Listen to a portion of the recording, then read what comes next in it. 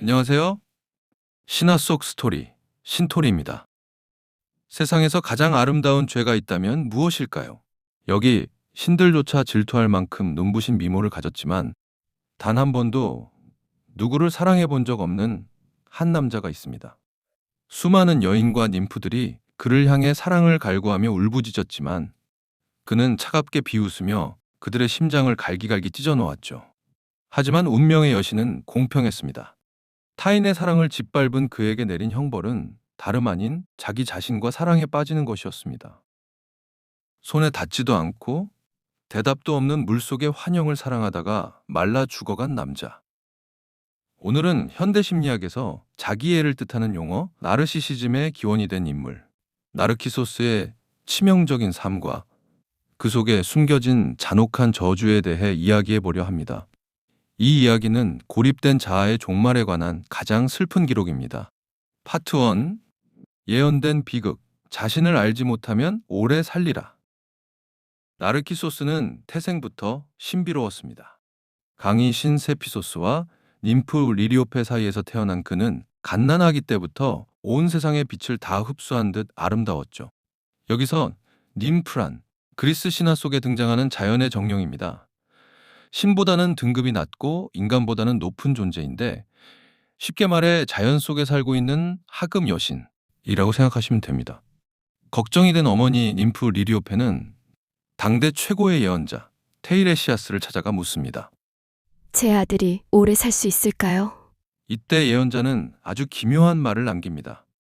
자기 자신을 알지만 않는다면 오래 살 것입니다. 당시엔 아무도 이 말의 뜻을 몰랐습니다. 나를 아는 게 왜 죽음의 원인이 된단 말인가.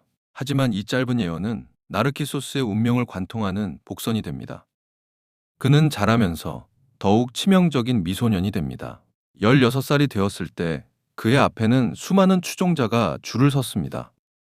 하지만 나르키소스의 심장은 차가운 대리석 같았습니다. 그는 누구에게도 마음을 주지 않았고 자신을 향한 사랑의 고백들을 오만하게 짓밟았습니다.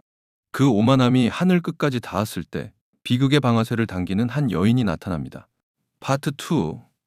메아리가 된 님프, 에코의 눈물. 나르키소스를 가장 깊이 사랑했던 그리고 가장 처참하게 버림받은 여인, 님프, 에코의 이야기입니다.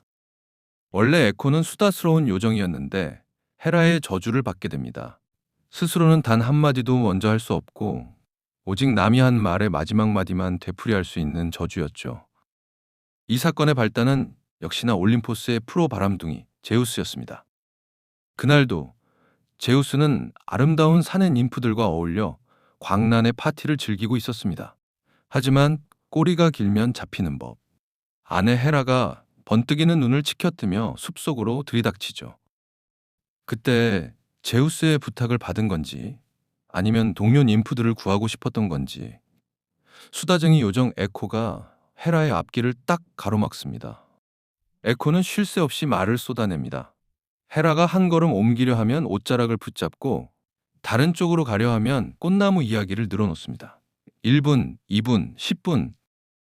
시간이 흐를수록 저 멀리서 들리던 제우스와 님프들의 소란스러운 소리가 점점 멀어집니다. 파티가 끝나고 모두가 무사히 도망친 것이죠. 정적이 찾아온 숲.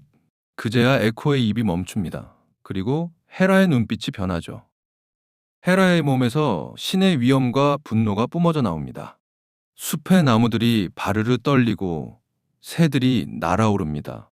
에코는 무릎을 꿇고 애원하려 하지만 헤라의 저주는 자비가 없었습니다.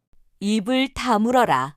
네 그 잘난 혓바닥이 내 귀를 어지럽히는 동안 내 남편과 그 천박한 것들이 도망갈 시간을 벌어줬겠지. 에코가 겁에 질려 제발 용서해 주세요 라고 말하려던 순간 목소리가 나오지 않습니다. 헤라가 비릿하게 웃으며 독서를 뱉습니다. 앞으로 너는 누구에게도 먼저 말을 건넬 수 없을 것이다. 네 혀는 오직 타인이 내뱉은 말의 마지막 찌꺼기만 담게 되리라.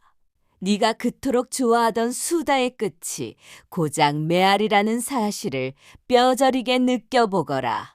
에코는 비명을 지르고 싶었습니다. 하지만 입 밖으로 나온 것은 헤라가 마지막으로 내뱉은 단어, 느껴보거라 뿐이었습니다. 자신의 의지를 잃어버린 입술, 남의 생각만을 복사해서 내뱉어야 하는 형벌. 에코는 절망하며 숲으로 도망칩니다.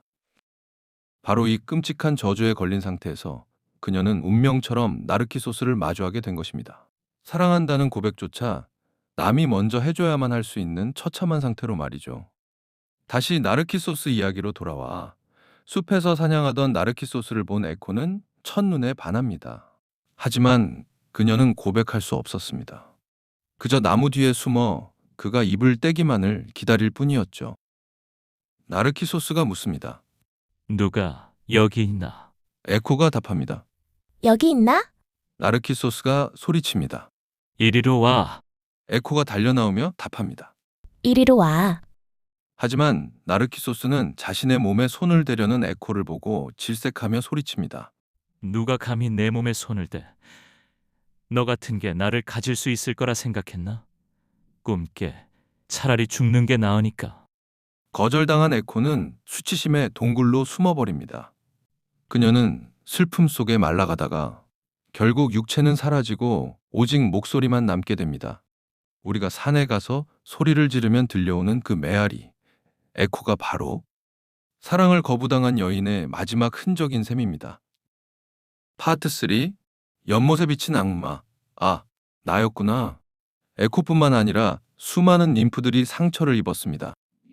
결국 참다 못한 한 희생자가 하늘에 기도를 올립니다. 그도 누군가를 사랑하게 하소서. 하지만 영원히 그 사랑을 얻지 못하게 하소서. 복수의 여신 네메시스가 이 기도를 듣고 응답합니다. 사냥에 지친 나르키소스는 한 번도 짐승의 발이 닿지 않은 깨끗한 연못가에 도착합니다. 목을 축이려 물가에 엎드린 순간 그는 생전 처음 보는 완벽한 존재와 마주합니다. 물속에 비친 자신의 얼굴이었지만 그는 그것이 자신인 줄 몰랐습니다. 그는 물속의 소년에게 말을 걸고 입을 맞추려 다가갑니다. 하지만 입술이 닿으려는 순간 파동이 일어 얼굴은 흩어집니다. 손을 뻗어 안으려 하면 차가운 물속으로 사라져버리죠. 나르키소스는 식음을 전폐한 채 연못가를 떠나지 못합니다. 물속의 소녀는 그가 손을 흔들면 같이 흔들었고 그가 울면 함께 눈물을 흘렸습니다. 지독한 짝사랑의 끝에서 그는 마침내 소름 끼치는 진실과 마주합니다. 아, 나였구나. 내가 나를 사랑해서 나를 태우고 있었구나. 그가 자신을 자각한 순간 자신을 알면 죽으리라. 던 테이레시아스의 예언은 비수가 되어 꽂혔습니다. 손을 뻗으면 흩어지는 환영을 안고 그는 단 한 걸음도 물가를 떠나지 못한 채 서서히 시들어갔습니다. 그가 숨을 거둔 자리엔 고개를 숙여 물밑을 응시하는 꽃 한 송이가 피어났습니다. 자기를 보느라 영원히 고개를 들지 못하는 꽃, 바로 수선화입니다. 파트 4. 현대의 나르시시즘, 거울 속에 갇힌 우리들. 나르키소스의 이야기는 고대 신화로 끝나지 않습니다. 오늘날 우리는 그 어느 때보다 나르키소스와 닮아 있습니다. 스마트폰이라는 디지털 연못 앞에 앉아 끊임없이 자신의 모습을 찍고 편집하고 타인의 찬사를 갈구하죠. 심리학에서 말하는 나르시시즘은 단순히 자신을 사랑하는 것이 아닙니다. 진짜 자아를 사랑하는 법을 몰라서 남들에게 비춰질 완벽한 가짜 이미지에 집착하는 병입니다. 나르키소스가 연못 속의 환영에 빠져 실제의 삶과 사랑, 즉 에코를 놓쳤던 것처럼 우리도 화면 속의 나를 가꾸느라 곁에 있는 진짜 인연들을 소홀히 하고 있지는 않을까요? 나르키소스는 결국 타인을 사랑할 능력을 상실했기에 파멸했습니다. 진정한 사랑은 나를 바라보는 것이 아니라 내 밖으로 시선을 돌려 누군가와 연결될 때 비로소 완성된다는 것을 이 비극은 말해주고 있습니다. 혹시 여러분도 지금 손에 닿지 않는 연못 속의 환상만을 쫓고 계시지는 않나요? 나르키소스가 남긴 수선화의 꽃말은 자기애이기도 하지만 고결이기도 합니다. 나를 아끼는 마음은 고결하지만 그것이 타인을 향한 문을 닫아버릴 때 그것은 곧 저주가 됩니다. 오늘 나르키소스 이야기가 흥미로우셨다면 구독과 좋아요 부탁드립니다. 여러분이 생각하는 현대판 나르키소스는 어떤 모습인가요? 댓글로 자유롭게 의견 남겨주세요. 또한 궁금한 신화 속 이야기나 인물이 있다면 댓글로 남겨주세요. 지금까지 신화 속 스토리, 신토리였습니다. 감사합니다.